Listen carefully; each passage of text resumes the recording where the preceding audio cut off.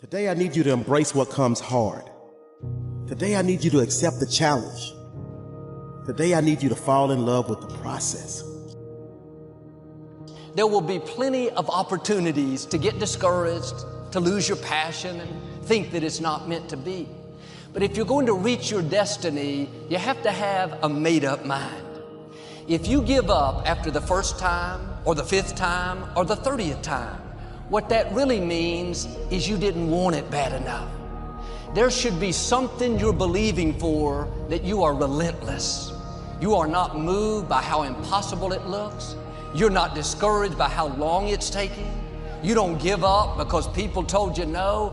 Your attitude is, if I have to believe my whole life, I am not going to stop believing.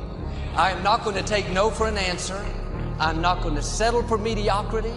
I'm going to keep pursuing what was in my heart. And ask ourselves, what do I really want? What do I really want? And write it down. Writing causes thinking. Thinking creates an image. And you get these images going, you're building a vision in your mind. It's the visionaries that's changed the world. Think of that. But what keeps that competitive edge, what keeps you on top, is the ability to think and prepare mentally over and over and over again. The body has limitations, the mind does not. We focus so much on what goes on from the neck down that we forget it all starts from here. Everything starts from there. If you're not mentally ready, you're never really physically prepared. And that's where the preparation starts. What would your life be like as you look toward the future if you decided, I'm not going to allow my fears to stop me? And I'm saying to you, whatever you got to do it, because if you don't, life is going to whoop you until you surrender. So when you're young and you make mistakes, don't let them eat you up. Because everybody that done made it, done made them. You got to fail in order to win. Hey, look, man, to understand how to hit the game-winning shot, you got to miss the game-winning shot. You know, you got to be tough because the road to success is always under construction. It's never a clear path to success. The people who become successful are the people who have a relentless attitude. And you just got to hang in there through the bad breaks, because the bad breaks is coming, but they usually come right before the big break is about to happen. You get a series of bad breaks and it stumbles up a lot of people. My life and my success is to say to anyone, you can stumble, you can fall, you can get back up again. Face. No matter how bad it is going to be, when there is a challenge. And by a challenge, I mean anything in life, any challenge, anything that you're facing. The only way to overcome the challenges that you face is to start walking.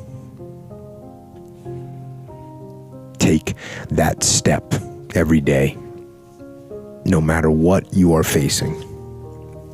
Get up and start walking. You got to be consciously conscious today, because your environment can hypnotize, mesmerize, and paralyze you. The other thing is, take full responsibility for your life.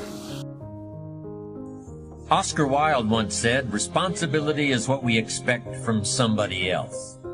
This is very true. Most people dread accepting responsibility.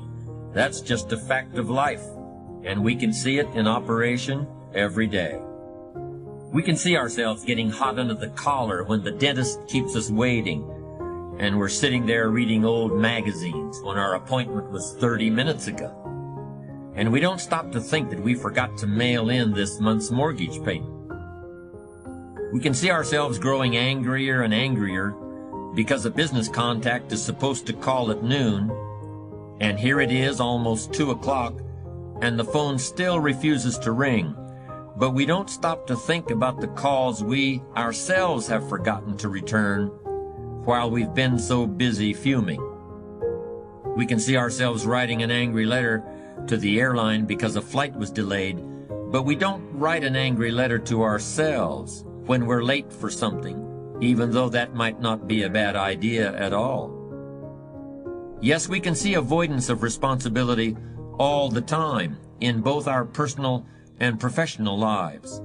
And here's something else we can see just as often. We can see that most people aren't as successful as they wish they were. Do you see there's a connection between these two very common phenomena? I certainly do, and by the end of this session, I hope you'll agree with me. I hope you'll understand that it's in your best interests to take responsibility for everything you do. But that's only the beginning. I'm also going to suggest that many times it's even best to accept responsibility for the mistakes of others, especially when you're in a managerial or leadership role. I can hear you saying, what? Accept responsibility for someone else's mess-ups? Why would I want to do something like that? Well, that's a fair enough question, and over the next few minutes, I'll try to answer it. One of my weak points in my personal life is I don't like technical stuff. So even though I have to be on Twitter and Instagram and Facebook, I don't care for that. So guess what? I find somebody who loves to do that. You know, I find somebody who has a strength where I have a weakness and I partner with them. All you're trying to do is get to the goal. No one gets there by themselves. Everybody needs help. Now, when you know what you got going for you, be confident, not cocky. Managing your strengths, knowing what they are, and don't let nobody talk you out of it. And that gets you fight ready. You get fight ready like that. You got to know you. Helps you develop your skills. All the while, you're developing your strength. You just got to keep developing the strength. Don't let anybody talk you up. At the same time, you must work on improving your weaknesses. So I've had to, in spite of myself, get on Instagram, get on Twitter, get on Facebook. I got to do the videos whether I want to or not because the world is moving to social media. If I had as many followers as Kim Kardashian, I probably wouldn't even have to do this TV show. During the years when professional basketball was just beginning to become really popular, Bill Russell, who played center for the Boston Celtics, was one of the greatest players in the Pro League. He was especially known for his rebounding and his defensive skills. But like a lot of very tall centers, Russell was never much of a free throw shooter. His free throw percentage was quite a bit below average, in fact. But this low percentage didn't really give a clear picture of Russell's ability as an athlete. And in one game, he gave a very convincing demonstration of this. It was the final game of a championship series between Boston and the Los Angeles Lakers.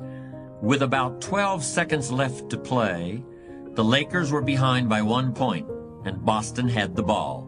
It was obvious that the Lakers would have to foul one of Boston's players in order to get the ball back. And they chose to foul Bill Russell. This was a perfectly logical choice, since statistically, Russell was the worst free throw shooter on the court at that moment. If he missed the shot, the Lakers would probably get the ball back, and they'd still have enough time to try to win the game. But if Russell made his first free throw, the Lakers' chances would be seriously diminished, and if he made both shots, the game would essentially be over. Bill Russell had a very peculiar style of shooting free throws. Today, no self-respecting basketball player anywhere in America would attempt it. Aside from the question of whether it's an effective way to shoot a basket, it just looked too ridiculous. Whenever he had to shoot a free throw, the 6'11" Russell would start off holding the ball in both hands about waist high. Then he'd squat down, and as he straightened up, he'd let go of the ball. It looked like he was trying to throw a bucket of dirt over a wall. But regardless of how he looked, as soon as Bill Russell was fouled, He knew the Celtics were going to win the game.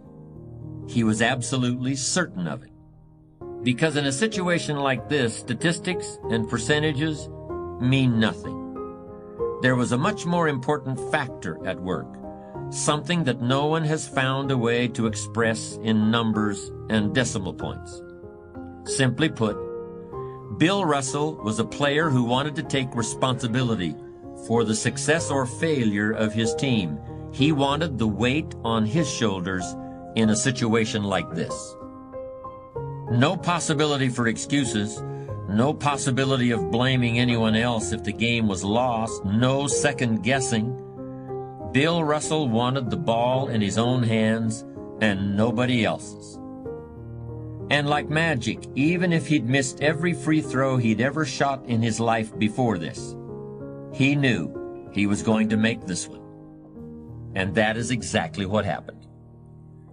That is what virtually always happens when a man or woman accepts responsibility eagerly and with confidence.